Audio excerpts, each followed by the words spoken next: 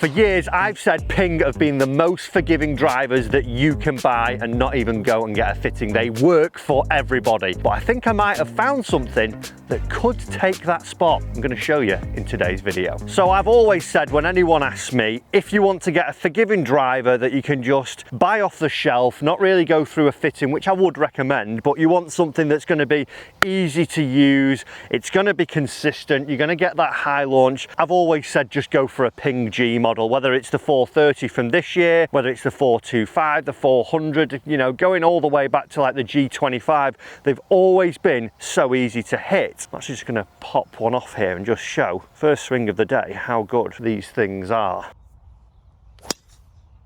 Because even that there, not my best strike, a little bit out of the heel, but it's popped up in the air, it's launched, it's gone, it's done what I want. In terms of the looks of the G models, they always look nice. They've got sort of a larger, deeper profile, so they look quite sporty, but not overstated, and they're probably going to appeal to a lot of people just because of that. And technology-wise, they're not massively packed with technology and they're not making wildly big claims, but generally we've always seen that if you just go and buy a Ping G driver, you'll generally have something that will work.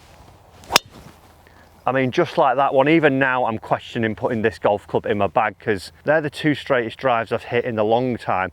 They might not be the longest, but generally that forgiveness factor, they're just up there. They're easy to launch and they're easy to use. But like I say, I think I found something that might be taking the spot of that. The driver that I think could be replacing that is this one, the new Callaway Big Bertha. Now, from past previous models, Big Bertha is a well-known name in the golfing industry and probably even outside of the golfing industry. If you aren't a golfer and you think of a club, it'll probably be, oh, have you got one of those Big Berthas? And Callaway have got their new model out for 2023. And this version and also the ladies version, which is the Reaver, is all designed at making the game as easy as possible. It's about getting the ball in the air, it's about getting some distance, and ultimately it's about making it forgiving for those off-centered hits. But we're going to give it a try today and see if that is true, because from what I'm reading and what I've heard, it is meant to be pretty decent. We're going to do a little test later on against the Ping to see how it stacks up, but let's just run you through what this Big Bertha is all about to start off with. We're going to look at looks, we're going to look at feel and sound, we're going to talk to you a little bit about the tech and the price, and then we're going to do the test. But firstly, in terms of looks, it's got that sort of classic Big Bertha look about it. They've stayed with the same colorway, so even I remember when I was about 15, 16, I remember seeing a great Big Bertha at my dad's driving range, and it was actually in a glass cabinet. It was one of the first ones that I ever saw. And again, the colors then were this gray, there was the black, and there was the red. And they've stayed true to that with the coloring, the details that they've got there. Obviously looking a lot more modern from the first model that we ever see, but it's still holding a little bit of nostalgia back towards that one. In terms of looks behind the golf ball, it does look forgiving. Now, if you are looking for a forgiving driver, what you're going to want to see is something that's got a large footprint. It's going to probably be a little bit longer and hug the ground a little bit more as it gets towards the back of the club, which definitely is happening in this Big Bertha. What I would say, it almost looks, it's got a hint, because of how long going back it is, it almost looks a little bit sort of triangly as you put it into the golf ball.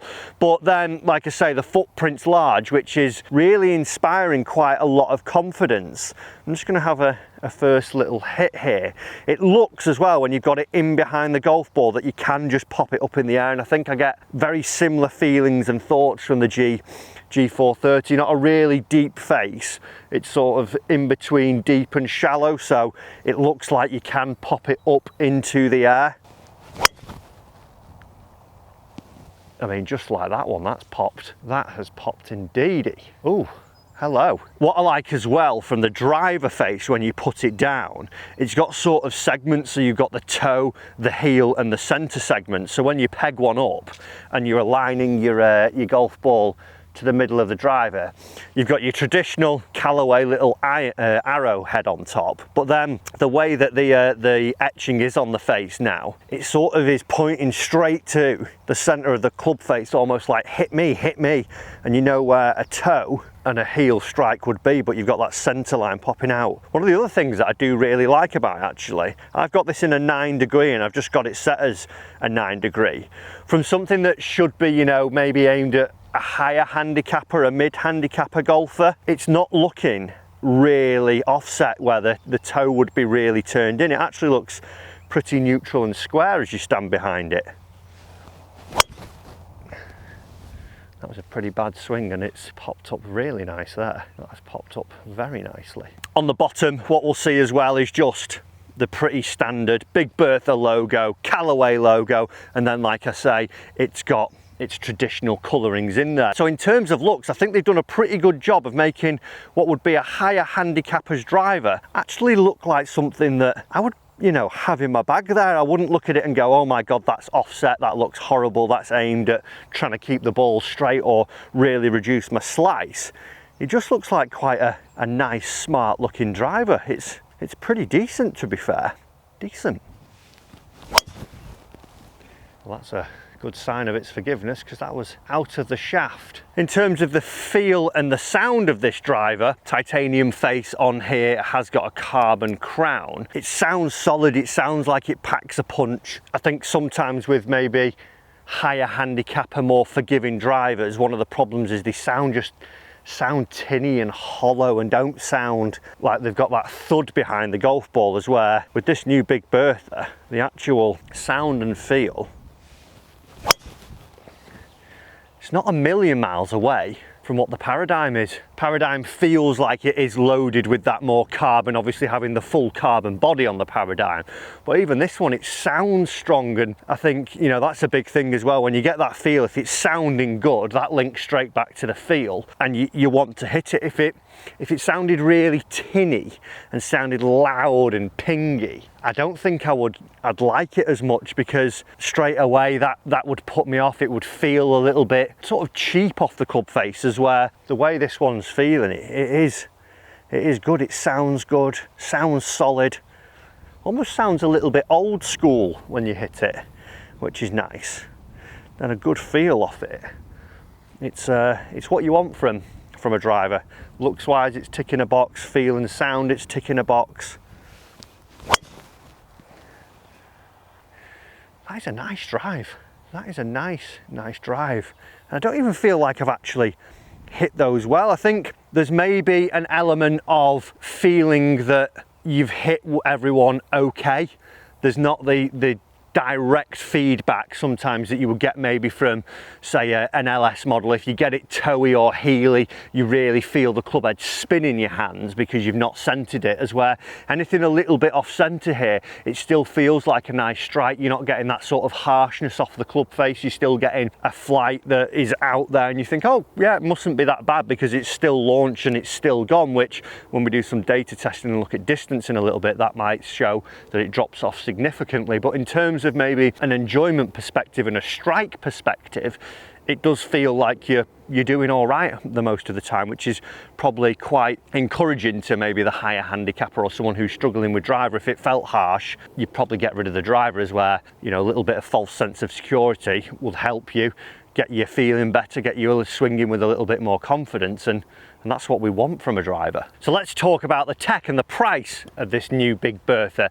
It boasts quite a lot of technology, maybe not as much as we see from the Paradigm, but it does have some similarities in there. So one of the first things that we need to talk about is the AI that they've used to help engineer the face. If you don't know, Callaway use artificial intelligence. They bought a supercomputer a few years back now that helps map the club face, and what that means is that on the off-centered hits, it's going to produce better speed, and it's going to see that your ball speed then climbs up, so you're not losing as much distance as you may do with some other drivers off the mis-centered strike. So toe and heel, you're still going to get a little bit more. Like the Paradigm as well, it's featuring the jailbreak technology, which looks like this wishbone, which is placed in behind the face.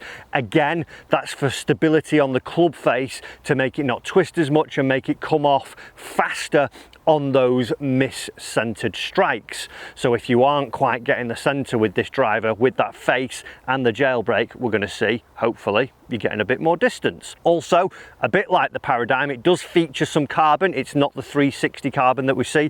It's got the carbon crown on here, which again allows them to move weight around the club face and position this CG a lot lower and a little bit forward, reducing the spin that would cause your slices effectively. Also, there is a heel weight in, again, that's going to help just close the toe over a little bit to try and reduce that slice that is in there. And then it's got the classic Big Bertha shape to it, obviously a lot bigger now. It's at 460cc from where the originals were, but it's got that sort of inspiring look that we talked about, because it's got that large footprint that drags out, goes low to the back, which means again it should be packed with forgiveness. Let's talk about price though. The new Big Bertha is going to set you back £449, which, to be fair, is in line with Callaway's pricing. I would have thought maybe with it aimed at sort of a beginner higher handicapper, we might have seen it come in at £399. You probably will see it in shops at that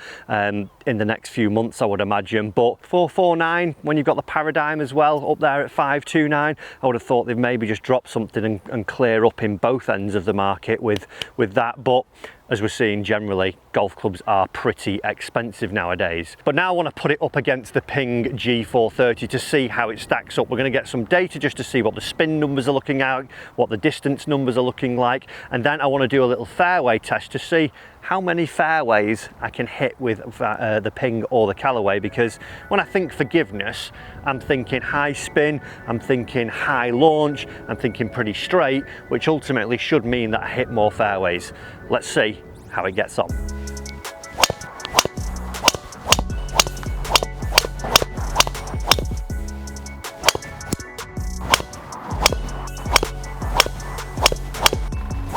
So we've got some data on both of the drivers, and firstly the Ping G430, the max version, hitting a 9-degree loft with a Ventus TR6X shaft in it, did exactly what I thought it would do, coming in at 290 yards carry, a 2,158 spin, and a club head speed that was 113 miles an hour, which is round about where I want. It is set in 9 degrees, so that's a little bit low on the spin. I know I would normally hit about a 10.5 degree driver, but I just wanted to set them both in what the heads were. Now, when I got the Callaway in, after reading the spiel, seeing that it would be for the higher handicapper, designed to launch it, which we have seen in my initial testing, seeing that it does pop it up in the air, I was a little bit surprised by what I came to see.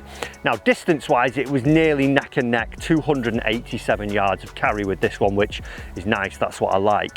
It was launching pretty well, but the spin was a little bit down. It was only at 2,032 revs, so 120 difference there. So a little bit low spin, but again, I have got it in a 9 degree. This was hit with, again, a Ventus TR6X 9 degree head, and it was swung at 113 miles an hour. So side by side on club head speed, very, very close on distance. It was just the spin. I was expecting this, with the shape of it and everything that I was reading on the website, to actually spin a little bit more. But you know, if I maybe got the 10 degree head or set it to 10 degrees, I might see about 200-300 revs more, which would be about where I want to be. I want to see it around about 200-300, but even maybe for a higher handicapper, you might want to see a little bit more to eliminate the side spin. So we're going to put it to a fairway test now. Ping's taking it just a little bit there, but let's see how it gets on in a fairway test. 5 shots, 17th hole here at Warrington. Which is going to be it? Comment down below. Who do you think's who's taking it? Can this be knocked off? Because it has been just unbelievably forgiving for so many years. But let's see what it can do. We're going to go with the Ping first, the old trusty, and see what we've got. I'm going to aim down the middle and just see if we can get it on that fairway. I find this a tough hole to drive on. Now the bunkers and gorse are in, but let's see what we've got. Well, that's not going to hit the fairway. That's just missing left. There we go. That's what I want from a forgiving driver, that shot. Oh, turned it a bit. Not what I expected from the Ping. What I will say Even though I've only hit one fairway out of 4, bar that last shot, they've all been very straight. 2 pulls, one down the middle and then a slightly toey one, but generally pretty straight, which is what I want. I just need to get it started on line. And that's down the middle of the fairway again, tiny bit of draw on it. Not my longest, but felt forgiving, wasn't my best shot. Pops up, that's what we want. That's a positive start, 1 of 1. Seemed to pop up higher, that one. Just launch that bit more. Oh, that was an awful strike, but it is literally the identical shot. That is literally done exactly the same. And trundling down there, 3 out of 3. And interestingly, I felt like I've hit the ping better. Oh, that's the first one. That is dropping out the air. That's that no spin, that. Well, I thought we were going to have a perfect run. It's not to be. Oh, that is necky. And it's missing the fairway. First one right, but even then it's up and it's gone. So the Callaway has taken the fairway test there, 3 out of 5 versus 2 out of 5 and 1 just barely missing with the Callaway there. So is this the most forgiving driver on the planet? Does it knock the Ping G range off that spot? I wouldn't say yes at the minute. I would have to do a lot more testing and see consistent models year after year that would knock it off the spot, because even though I didn't hit that many fairways with it, it was reliable. I knew what it was going to do. It was me that hit the pulls. It's just consistently good. But the Callaway Big Bertha, if you are looking for something that wants to launch it high and is pretty easy to hit, it's definitely worth checking it out. Go and see one of your pros and get a fit in with one of those. Guys, hope you've enjoyed it. Let's try and find another forgiving driver.